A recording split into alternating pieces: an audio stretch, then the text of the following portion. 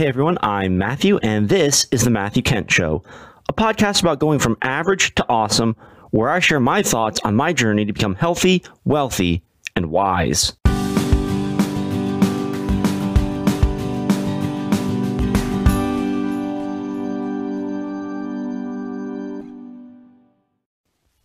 Hey everyone, this is Matthew Kent, and welcome to The Matthew Kent Show, Episode 2. So today we're talking about the basics of making money. And, here's the thing. I think this is a really important topic. It's one of those things, it's almost like a cultural cliche to there's these things that you're not taught in school, but there are things that you're not taught in school, and they're actually pretty important. And, our whole lives are, adult lives. We spend maybe 8 hours a day, every weekday, trying to get money. Most of us do. Spend a lot of time thinking about money. Money is a huge limitation in our lives. I view it as the triple constraint of life. There's time, energy, and money. Those are the things that are your constraints in terms of what you want to do. So it's an important topic, and one that school doesn't cover. Just kind of, come to school, then go to college, then get a good job, and that's the end of the story. And that's part of the story. And for a lot of people, that could be the main story. But I don't necessarily think that's the whole story. So I think it's helpful whenever you're thinking about something to go back to first principles, to reason from the ground up, and, to really ask yourself, what's going on here? What's important? What's essential? What isn't? And what assumptions that I have what are some assumptions that I have that might be wrong?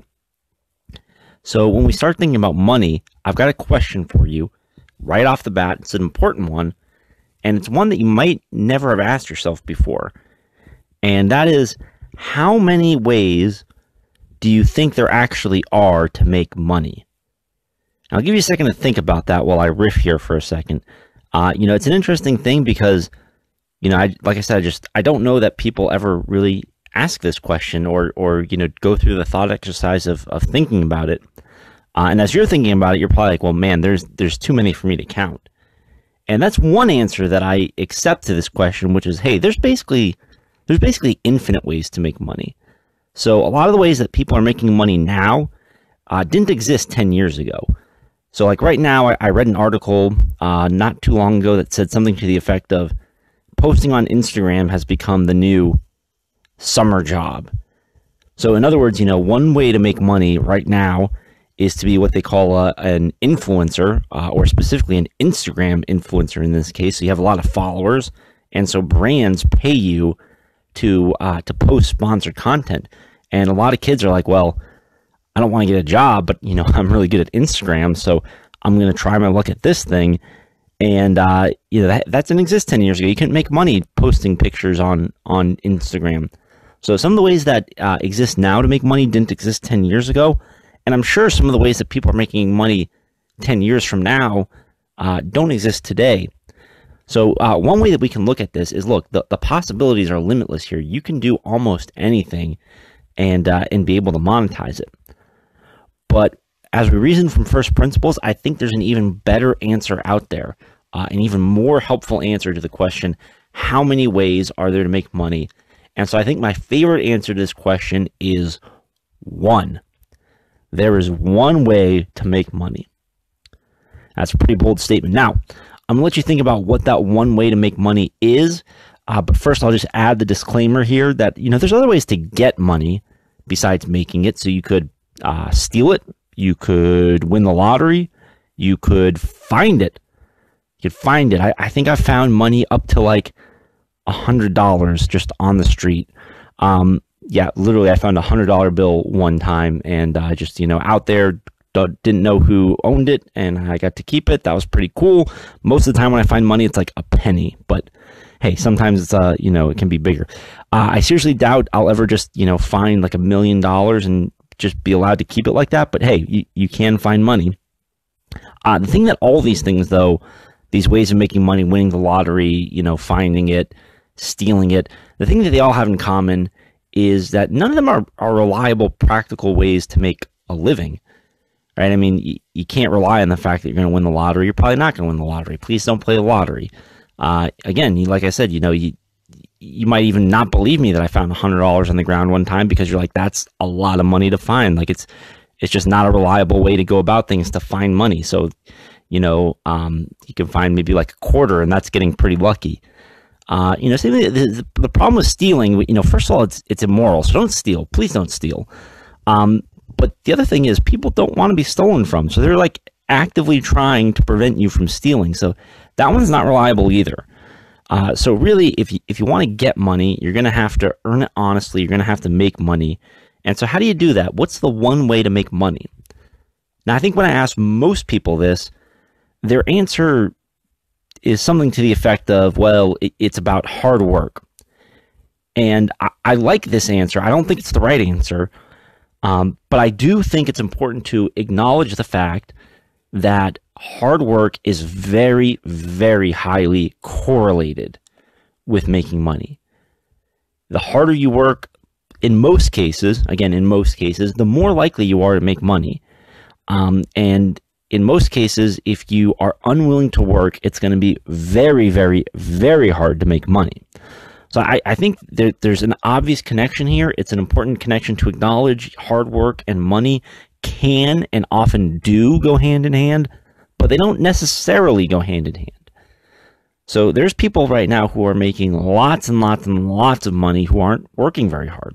And there's people who are working very, very hard who aren't making any money at all, or hardly any money at all. And so, there's these exceptions here, and you can argue that they're the exceptions, not the rule. And again, I think that's an important point. I think most of the time, if you want to make money, you're going to need to expect that you're going to have to work hard. But again, we can't have this be our definition, because you can work hard without making money. And so we want our definition to be something that, if you do this, you will make money. You might not make a lot of money, but you will make money. And you can't make money without doing this. So, in my opinion, the one way to make money is by selling something. And so there's lots of different things you can sell, right? You can sell a product, you could sell a service, you could sell an asset that'd be like a stock or a house or something like that. Or you could sell somebody else's product or service or asset. One time as I was coming up with this, and it was I think around the time that I was going to write my book. I wrote a personal finance book on Amazon Kindle called Personal Finance That Works for You: How to Build Wealth, Design Your Future, and Make Money While You Sleep. I really like that subtitle. As I was making that, or maybe even a little bit before that, one of the blog posts that inspired that book, I was thinking about this issue and thinking about the one way to make money is selling. And so I was telling people about it. One of the people that I was telling about it was I don't remember how old he was at the time. I think he might have been 10 or 11. He's the son of my pastor. The pastor at my church is one of his sons. And so again, he was maybe 10 or 11. And kids are great because kids look at the world differently than the rest of us do. So he instantly had an objection, and he shot back at me. He's like, "Hey, I know of a way to make money that, doesn't involve selling anything. And it's what my dad does. My dad's a pastor, and he's a pastor of a church made up of mostly college kids. And, so they don't even tithe really, because they don't have any money.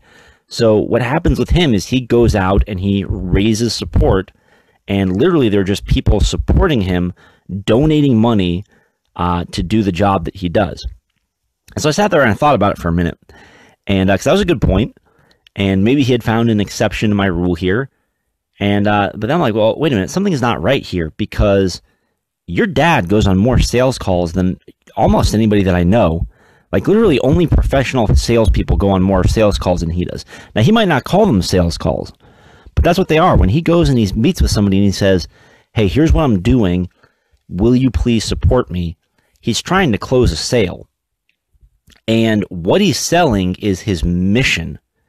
And, a lot of people who ask for support, for instance, there's a website called Patreon, Patreon, that allows you to, if you're a creator, you can sign up for an account, and then you can share your link, and people can come to your page and support you for the work that you're doing. So if you're an artist, or, you have some kind of creative field, and you want a more stable income that comes from donations, you do that through Patreon. And what you're selling when you're making money from Patreon is you're selling your mission. You're selling what you're about. You're selling what you're doing. Like, hey, if you believe in what I'm doing, then, come support me. And so like this pastor, for instance, he's selling his mission to like-minded people. Like, hey, if you're a Christian and you think that this particular campus should have a church that's reaching out to it, right? If you're like-minded like that, if you're on board with my mission, then, consider supporting me. It's not just like, hey, I need money to live. Can you please give it to me? It's, hey, do you believe in what I'm doing? And a lot of people don't believe in what he's doing, so they don't give. And obviously, if you're, of a different faith, you might be thinking like, well, how do I care if, that particular campus has a church that's reaching out to it? I'm not going to give. Or, it might be the case that you think like, okay, I am a Christian, but I don't, particularly believe in that mission, so I'm not going to give. But the people who do give are the people who believe in the mission. So that was an important step for me, though, that little anecdote, just because it's when your theory can stand up to the scrutiny of an 11-year-old, you're onto something. Because if anybody can burst your bubble, man, it's the 11-year-old. Don't sleep on the kids. Kids are smart, much smarter than we give them credit for, and especially because they haven't been as indoctrinated as we have. So anyways, the one way to make money, as far as I can see, is selling something. There's a lot of things you can sell, but the most common thing that I've observed that people sell is time.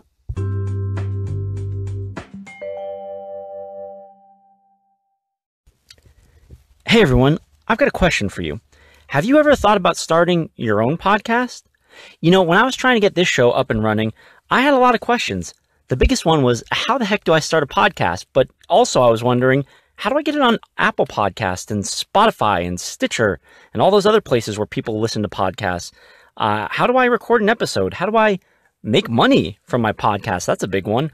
The good news is the answer to each and every one of these questions turns out to be Anchor, that wonderful, beautiful podcast starting, life-saving app, Anchor, which is a one-stop shop for recording, hosting, and distributing your podcast. Probably the best part is that it is my favorite price of all time, which is 100% free, and it's ridiculously easy to use. And now Anchor can actually match you with great sponsors so that you can get paid to podcast. Woohoo! So if you've always wanted to start a podcast and make money doing it, go to anchor.fm/start to join me and the diverse community of podcasters already using Anchor. That's anchor.fm/start. I can't wait to hear your podcast.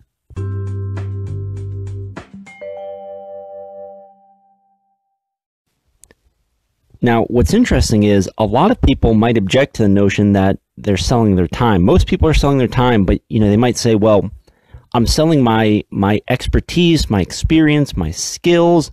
And maybe, there's a way to look at it where that's true, but that's not the metric that you get paid by. If you have a traditional employer, chances are you either get paid by the hour, we call that a wage, or you get paid by the year, we call that a salary. So both an hour and a year are units of time. If you put in the hours, you get paid. If you don't put in the hours, there's a problem. And of course, this is actually, with a lot of knowledge work, it's really difficult to measure the amount of work that people do and the amount of benefit that a company gets from employing them. So this is almost like a lazy way to measure people, is like, were you working? Did you put in the hours? Did you look busy? And so this is one reason, like, the employer doesn't know necessarily if you put in extra hours but did the same amount of work as if you just, put in a few hours. And so most managers are sort of relying on these signals of productivity or busyness, and don't really know how much worth or value you're contributing. But that's an issue for another day. For right now, it's important to note that pretty much, I would say the vast majority of people have chosen to sell their time. Now, this isn't necessarily a terrible idea. It's not the only idea out there. It's not necessarily the best idea, but it's certainly an idea. And, at the higher end of the spectrum, some people get paid quite well for their time. There's some, consultants making, like $1,000+ an hour. And there's the fact that, time and money have an interesting relationship. So, the old cliche phrase is time is money. Not quite. So both time and money are resources that we value. They're two of the three triple constraints of life. I mentioned earlier, you have time, money, and energy are going to be the big limiting factors in what you can accomplish in this life. But, time and money are not necessarily the same thing. They're two resources that are interesting because they can be used to obtain the other one. And so, at the beginning of our life, at the beginning of our working career, we start out with a lot of time, at least in theory, we hope, ahead of us, but not a lot of money. And so it kind of makes sense to, okay, we can trade some time for money here. At some point, though, you start wanting to free up time by spending money. And so, you can, like, for instance, pay somebody to mow your lawn or to clean your house. And, you need some money to do that. But once you spend the money, you free up the time. And the biggest example of using money to free up time is what we would call retirement. Now, personally, it depends on what you mean by retirement, whether or not I'm for it. I think that creativity is part and parcel of what it means to be human. And I expect to be working until the day I die, but not necessarily in a job. But I expect to be creating things. I expect to be engaged and challenged until the day I die. And, maintaining healthy cycles of work and then rest. And, probably, more frequent rest, maybe as I get older and more tired or something like that. But, personally, I don't believe in retirement, but I do believe in the financial concept of retirement, which is that you've saved up enough money that you're not dependent on your job or even an income source at all to sustain your lifestyle. And so, that's the ultimate example of you use money, you have this huge stash of cash that's making money for you that frees up time. But of course, there's a problem. And, there's a couple problems going on here. First of all, ultimately the biggest ideal would be what's known as passive income. And the most passive form of income out there, would be like investment income. So like you invest in the stock market or that kind of thing, and your money's making money for you. Well, the obvious problem there is, like we said earlier, you started out, well, we're broke as a joke when we start out. You're like 22 when you start your career most of the time. And, you're flat broke, net worth of zero if you're lucky, right? Because student loans have a lot of people starting out in the negative, but net worth of zero if you're lucky. And you've then got to go chase some income to build this thing up. And, the sort of other issue there is that, okay, so we have this time that we can use to make money. But time is sort of an interesting resource. First of all, it's the resource that you could say is more valuable because it's not renewable. Like our life energy and our life time is constantly running out. We're on the clock, as it were. We can make more money, but we can't really get more time. There's ways of, you could call it saving time. But even the concept of saving time is kind of it's an interesting concept because you can't actually save time like you can save money. If I save $5 today by buying something cheaper than I was going to, like I was going to buy something for $15 and I find out there's like a $5 off coupon, I saved $5. That $5 is sitting there for me in my bank for whenever I want to spend it. Time is a little bit different. So if I say that I saved 5 minutes, what I really mean is I did a task more efficiently than I thought I was going to. So I thought it was going to take me, let's say, 30 minutes to, vacuum my house, and it took me 25 minutes, and I saved 5 minutes. That's not really saving 5 minutes because the thing is, 5 minutes later, those 5 minutes that I saved are gone. I can't put them in the bank and say, okay, well, later on when I'm really feeling strapped for time, I'm just gonna, make a withdrawal of that 5 minutes that I deposited earlier, and use them at my own leisure, whatever. You can't do that. The 5 minutes, just 5 minutes later, those 5 minutes are gone. So you can't save time. So what can you do with time? Well, when you think about it, I think there's a few different things you can do with time. The first thing that you can do is you can waste it. And I'm not against you wasting time every now and then, but you just got to realize that, wasting time doesn't get you close to where you want to be. And so an example of wasting time would be mindlessly scrolling through your phone. You got some kind of feed that's designed to keep you addictive, whether it's on Facebook or Twitter or Instagram or wherever you're at. And you're just kind of scrolling with no purpose and, hoping for the occasional dopamine hit or to feel loved when you see that somebody liked your post. By the way, sidebar here, it is a bad idea to come to social media to try to feel loved. It is a trap. It will not work. You should not care about how many likes you're getting. If anything, you should care about contributing to other people, commenting on their stuff. But that's a topic for another day. Don't go to social media to feel loved. That's just a fool's errand. But so you can waste time. The second thing you can do with time is you can spend it. And so this is what people are doing who are selling their time for money. You're trading hours for dollars. So this is an example of spending time. And so working is spending time. This is a good use of time because you're getting a benefit from it.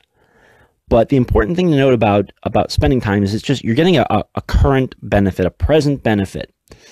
So the hours that I logged at my job, let's say in 2016, are over and done. They've paid me for them, and that's over. And so hopefully, I built up some experience or something that makes me more valuable.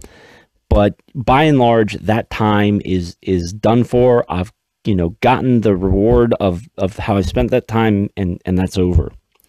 But the last thing that I think you can do with time, and probably the best use, would be to invest it.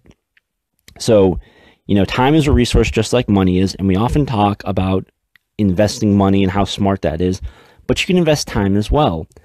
And for the purposes of making money, one way to do that I think is a way that's worth thinking about is investing your time creating something to sell besides time. So there's a couple examples here that are before the internet age but have carried into the internet age.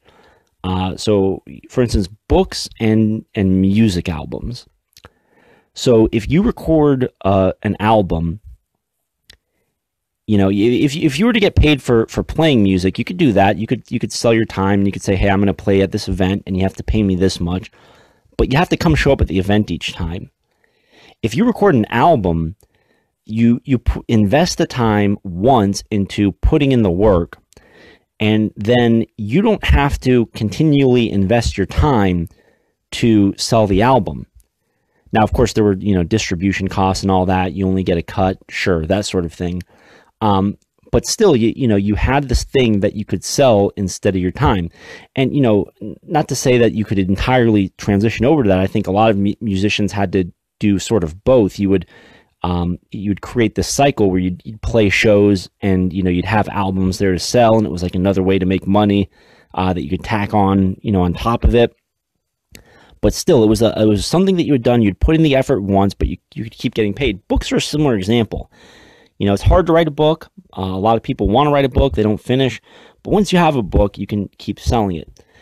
The internet has sort of turbocharged these strategies and added other strategies because now your music album can be distributed by iTunes, by Apple Music, or whatever they're going to call it next.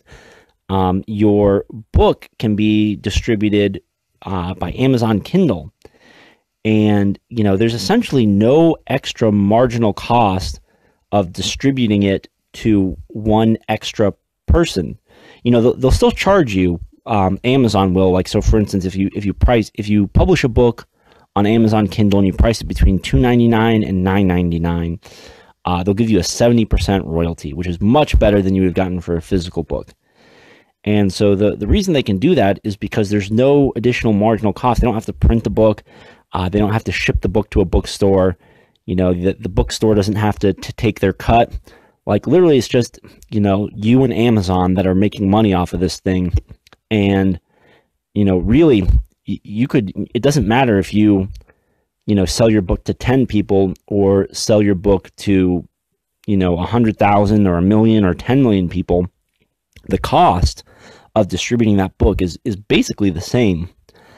And so, you don't have to just, write a book or record a music album. There's other, and that's what people have been doing now. The people who have discovered blogging and YouTubing and podcasting, you could say that what they're investing their time in building, you could say they're investing their time in building the content that helps people, that, inspires or educates or entertains people. Or you could say what they're doing, and, this is what Seth Godin, the master marketer, author of many books, including one of my favorites, the Icarus Deception, he would say that, they're investing in building a trust asset.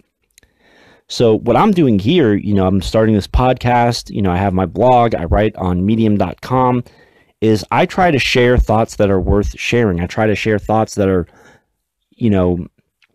part of my journey to become healthy, wealthy, and wise. I'm trying to share everything that I learn, everything that I think about, everything that works. And if my ideas are any good, you're probably going to come back and listen again. And so the idea here is that I'm building up trust so that I can, build up influence, and that, my thought is eventually this is going to work in my benefit, either through, advertising or through affiliate marketing or through, having something to sell that I think is worthwhile.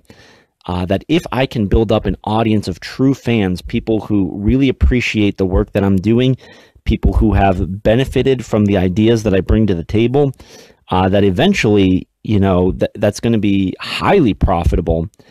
And the nice thing is, the content that I make online works harder than I do. So, for instance, I'm, recording this podcast. This is February 28th, 2019. This is the last day of February 2019. I have no idea when you're listening to this. Some of you might listen to this as soon as I put it up. Some of you might be listening to this way later. So it's incredible to realize that every blog post, every podcast, every YouTube video is an asset that can work harder than you can to continue to make you money. So, for instance, my biggest YouTube success was from 2016. There's a video called A Dude's Bullet Journal Walkthrough, which I was very intentional about that title because what happened is I just started a bullet journal, which I still bullet journal. It's been an amazing habit, but I had just started one, and I had used the help of YouTube walkthroughs, people showing me their journal, on videos online. And so I made a video about mine because I had noticed that, hey, there were sort of no videos that were that had journals that were as minimalistic as mine. And I also noticed that there were no men, only women doing these videos. And, I know there's not a perfect correlation there. I know there's some women who would prefer a minimalist style. I know there's some men who would prefer a heavily artistic style and, a lot of expression. But I think in general, society does sort of correlate these two things, that like, hey, these journals that these women are doing that are very fancy and decorated, I think, a lot of men would look at that and say, well, that's a little bit too intimidating for me. They're a little bit too artistic. And so I just thought that, this video could piggyback on a lot of those other videos, but attract a different audience if I made one called a Dude's Bullet Journal Walkthrough. So I made this video, and this is back in 2016. Last month, the video made me about $100. Now, again, this is, I've made other YouTube videos. None of them have been anywhere near that successful. This is by far the most successful thing that I've, well, actually not anymore. Now there's an article I wrote that's made more money, I think, than this video. But this video has continued to pay me. I have not worked on it in, almost 3 years now. And it still is out there working, making money. And it was interesting with that one. So first, it was like my audience on YouTube, exploded. It went, from I was getting like 100 views, a month to like 1,000 a day or something ridiculous. I don't remember exactly what it was. And my audience instantly went to something like 97% female, because it was at the time the women were the people who were watching these bullet journal videos, and they all liked the video, and they commented, and they were very kind, and a lot of them liked the minimalistic style. And then what happened is eventually it shifted. So the women were all the ones who were watching the videos, but then all the ones who typically watch that video, those kind of videos, ended up watching my video. And then slowly but surely, the men who were looking, saying things like, okay, can I find something out there that more relates to me? They eventually found my video. And so my audience shifted, and now it's well over 50% men. I think it's something probably like 80+% male.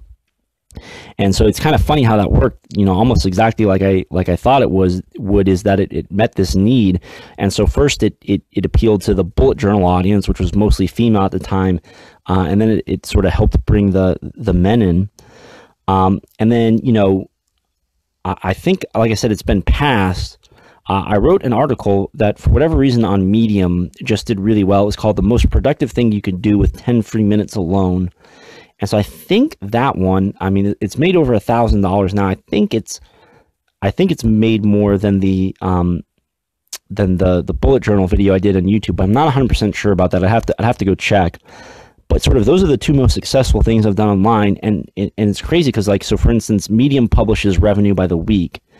And so, last week I still made money off of that article, my most successful article. I still made money on a bunch of other articles that I've written. Some of them I had written this year, some of them I had written in 2018. I know for sure at least one of them I had written in 2017. And so that's the power of passive income, and that's the power of investing your time into creating something you can sell besides time. Now, I'm not going to lie to you. Right now, making stuff online, creating content's a side hustle for me. I think everybody should have a side hustle. And it can be a tough side hustle to get started. You really need the persistence to persevere in the face of, you go try to make money online and don't see any results for a while. But if you're willing to persevere, I think the benefits of having something that's constantly working to make money for you, it's hard to overstate. So I definitely think that everybody should be thinking about, how can I invest my time creating something that I can sell besides time? And so some of it might just involve, switching the style with which you get paid. So maybe if you're really young, you're coming out of school, you're scared of the sales job, maybe take the sales job, because at least with a job in sales, you're getting paid by your results and not by your time. And so you can build up a book of business that is, far more lucrative than a 9-to-5 can be. It's a tough way to go. It's a way that I was too scared to go when I came out of school, but it's one of those things where, again, if everybody's selling, then a career as a professional seller seems to make a lot of sense. Your way of investing your time could be writing a book. And of course, you can self-publish if you can't find a publisher. Your way of investing your time could be building a trust asset, starting a blog, starting a podcast, starting a YouTube channel, that kind of thing. But it's helpful to ask yourself, what are you currently selling? Is there a way that you could improve your current offering that you could charge more for it? And so, if you're selling your time, then, maybe it's just your productivity goes up or your value to the company goes up. And so you can negotiate a raise with your employer. If you're like a freelancer, maybe you can raise your rates. Just do something to charge more for your current offering. How could you get more customers? I think this is a really important question. We're all entrepreneurs. Some of us have just settled for only one client. So how could you get more customers? And then I think another question that's good to ask yourself is, Is there another product or service that you could be selling in addition to your current offerings?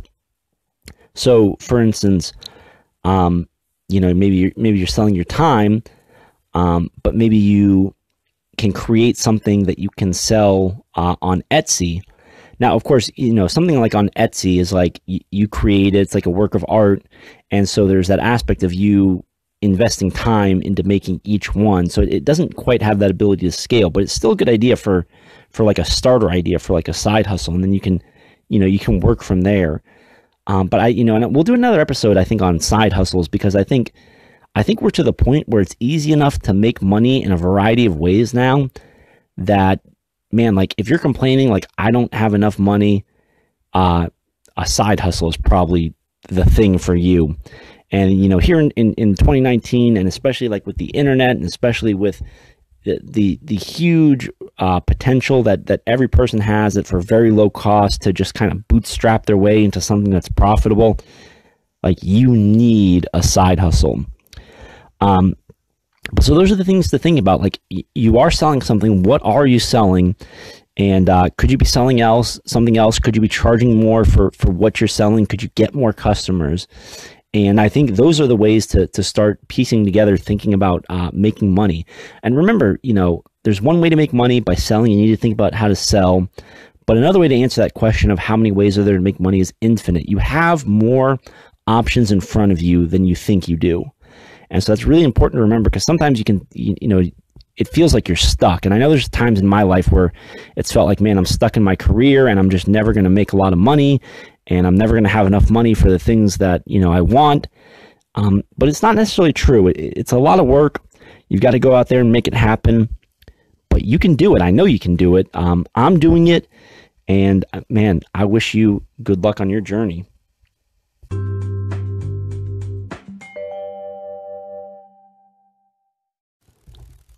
All right, now it's time for a new segment called What I'm Reading. So the cool thing about starting a podcast is that I get to choose what we talk about. And so I was thinking, you kind of have the main section where there's a main topic for the podcast, but then, sort of have these recurring sections. And I haven't quite decided what they're going to be, but stuff to just give you a little bit more insight as to what I'm doing, opportunities for me to share what I'm learning, and things that are benefiting me right now. And so they might not be consistent. I might switch between like 5 or 6 of these different topics and do like 2 of them an episode. So I was thinking things like, what I'm reading, what I'm learning, what I'm grateful for, that kind of thing. And what I'm reading is the one we're doing now. It's kind of straightforward. I'm always reading books because I think you should always be reading books. Books are an amazing bargain. It probably took the author, months or even years to write that book. And if you consider the life experience necessary to get them into a position to write the book, you could say that some books are decades in the making. And it takes you maybe 8, 9, 10 hours to read a book. So books, I've heard Seth Godin use the phrase, they're a screaming bargain. And I certainly think that's true. And right now I'm loving the book that I'm reading. It's called Atomic Habits by James Clear. It's a bestseller. It's probably going to be one of the biggest nonfiction books this year. And to be honest, it deserves to be. So this book, I'd been excited to read it for a while because James, when he published the book, he went on sort of the podcasting circuit. And, I listen to a lot of podcasts. I heard him as a guest on a lot of podcasts that I love. And I could tell he had really great content to offer.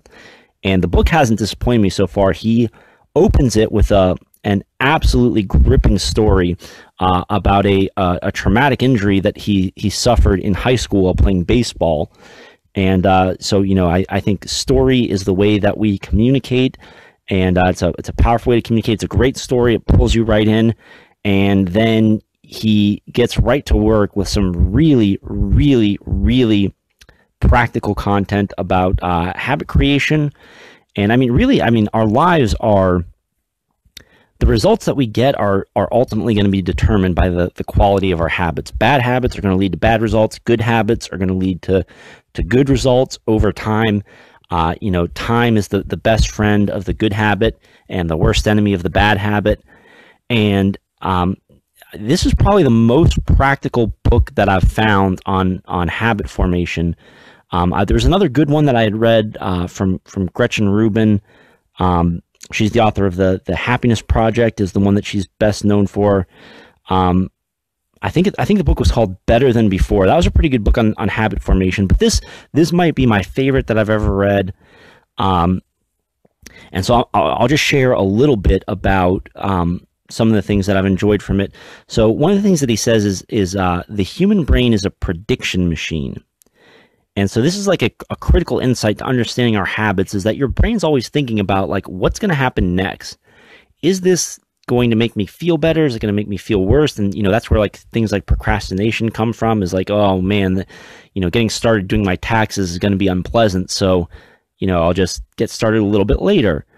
And so this is what happens is, in order to save sort of, I guess you could call like mental bandwidth, our brain starts to store shortcuts. And these sort of become our habits. Like, these are kind of like if-then functions, So, if this stimulus exists, then do this. So, right, if you see a plate of cookies on a table, to give you an example of a cue for a bad habit, then eat the cookies because you'll feel better. And so that's a bad habit, snacking on cookies all the time. But chances are that some variation of like an if-then statement that your brain might have in it is like, okay, if you see cookies on the table, then, munch on like 4 or 5 of them. Because you get that rush of sugar to your bloodstream. It'll taste real good. It'll feel real good in the moment. And of course, that's the thing about bad habits, is in the moment they feel real good, and then it's later on that you pay for them. So it's really key to identify where your brain has made these predictions before, and what it's doing, and so you can start to deconstruct the process. And so he gives sort of 4 components of habit formation. He calls them the 4 laws of behavior change. So if you're trying to create a new habit, you need to 1, make it obvious, and that relates to the part of the habit called the cue. You need to make it attractive is the second one. That's the part of the habit called the craving.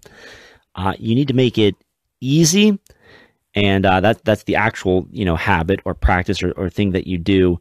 And then you need to make it satisfying. That's the reward or response.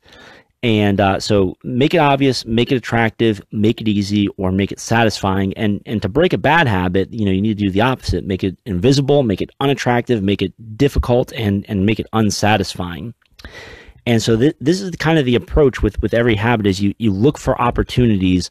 If there's something that you want to do to incorporate in your life, or if there's something that you want to stop doing, cut out of your life, you kind of put it through this framework. And he gives you many, many more tools and helpful practical tips in the book. Like I said, it's one of the most practical guides that I've found. So I highly recommend it to you. I'll put a link to it in the show notes, which you can find by going to thematthewkent.show/2, the numeral 2. So again, that's thematthewkent.show/2. And that's kind of going to be the format for all the show notes going forward, thematthewkent.show/whatever number the episode was. And currently you can see all the episodes, the homepage for this podcast, thematthewkent.com/podcast. I'm hoping eventually that it'll be thematthewkent.show, but I haven't set that up yet. But if you go to thematthewkent.show/2, you can get the show notes. So go pick it up. I highly recommend this one. If you don't buy it, get it from the library or do something. This book definitely is worth reading.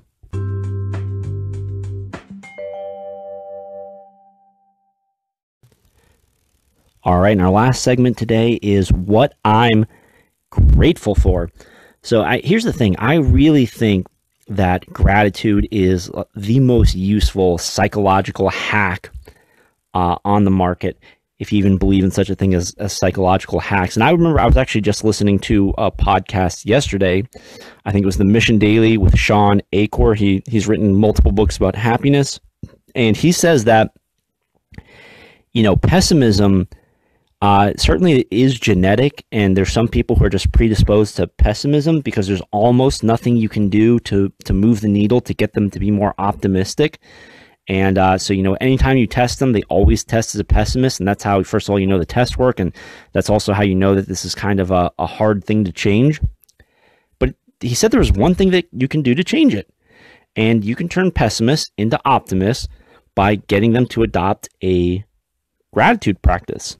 And, my favorite gratitude practice is to take my bullet journal and every day to write down at least 3 things that I'm grateful for. Can't use the same things as I did yesterday. And so I think this is something that everybody should adopt to give them a more positive mindset and to remind them of how much goodness there is in life. Because here's the thing, even if you view yourself as having gotten unlucky in your lot in life, there's a billion moments of truth and goodness and beauty that you've been treated to that you ought to be grateful for. It's a great privilege and something that none of us deserve. Life has a lot of goodness to offer. So in this segment, I'm just going to share some of the things that have made me grateful this past week. And for me, a lot of these, I had one day this week where instead of just doing the 3 things that I'm grateful for, I literally listed something like 12 things. And it happened that it was my birthday. So, I don't always put a lot of stock in birthdays, like, oh, I'm so looking forward to my birthday. And in fact, it kind of snuck up on me this year. But this happened to be a really good birthday. And, I took the day off of work. That's a practice that I have is, every year at the start of the year, I check to see what day of the week my birthday, my wife's birthday, and my kid's birthday fall on. And if it falls on a weekday, I request that day off of work. And it's a nice little habit and get to spend time with family. And so I get to go with them to Chick-fil-A and I got my free meal. I was definitely grateful for that. Grateful that, I got to take the day off of work and spend time with my kids and see them play. I was grateful for my friend for coming to play catch with me. I love playing catch. We brought a football to the park. And I was thinking it was just going to be me and him. But I was really grateful my son actually came along. He's 5, and it was so cute. He played catch with the football with us, and then he'd like after he'd catch the football, he'd run for the touchdown and have us chase him. And I was like diving at his ankles, and my friend Larry was also chasing him and pretending like he's trying his hardest to catch him. And of course we were letting him win, but it was so cute. My son had so much fun. I was so grateful for that. And then my friend Larry was actually kind enough. We went out to barbecue. There's a local place here called Adam's Rib Company. Delicious. If you're ever in Gainesville, Florida, Adam's Rib Company, you're welcome. And so he bought me lunch. And, I absolutely love barbecue. The way to a man's heart is through the rib. Yeah. Anyways, super grateful for that. Super grateful for just, really everything that happened that weekend. It was a great weekend. But those are some of the things. And it's nice to have, my wife was the one who actually set that up. She asked me what I wanted to do for my birthday. And, do you want to hang out with the guys? Do you want to hang out with your family? And I'm like, both. Maybe we'll, do lunch together and maybe I'll hang out with the guys in the evening because it's a Friday after they get off of work. So, major gratitude for my wife there, major gratitude to my friends. And there was, other friends I saw that weekend and stuff like that. It's an important thing to have, that positive social network. And, it's an important thing to, enjoy the little things like playing catch, like your son feeling included, like free food. I'm a big fan of food in general. So yeah, that's what I'm grateful for. And I really encourage you, like, what are you grateful for? And, even today, like, just get out a notebook, get out a sheet of paper, get out anything. Just 3 things, just jot down 3 things. They're for sure 3 things in your life that you're grateful for. And, whether it can even just be, the sky was pretty today or something like that. That's something worth putting down. Every little thing counts. Every little moment of beauty that you're treated to is something that's worth savoring. So, again, be grateful. It'll make you a more positive person. It'll make you a happier person, I think. And this is something that can really impact your life for the positive.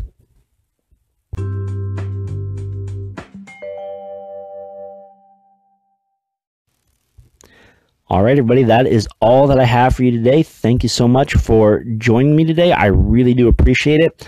Remember, you can get links to all the stuff that I talked about today at the show notes. You can get those thematthewkent.show/2. That's thematthewkent.show/2. And, everything we talked about is there. There's also a little player to listen to the episode, but you don't need that because you already listened to it. But so, yeah, I hope that you learned something here. I hope that you're able to take action, have better direction for how to make money and what you can do to start mastering this concept that's so important to all of us of making money, which is the way that we navigate the world around us in this sort of capitalistic transaction-based economy. So I hope you learned something. I hope you do something with it. I hope you enjoyed listening. If you did, I would really appreciate it if you would share this episode with a friend, somebody that you think could benefit from it. It's a new podcast, and the only way that I can grow is if you like it and tell people about it. So thank you so much for listening, and I'll see you next time.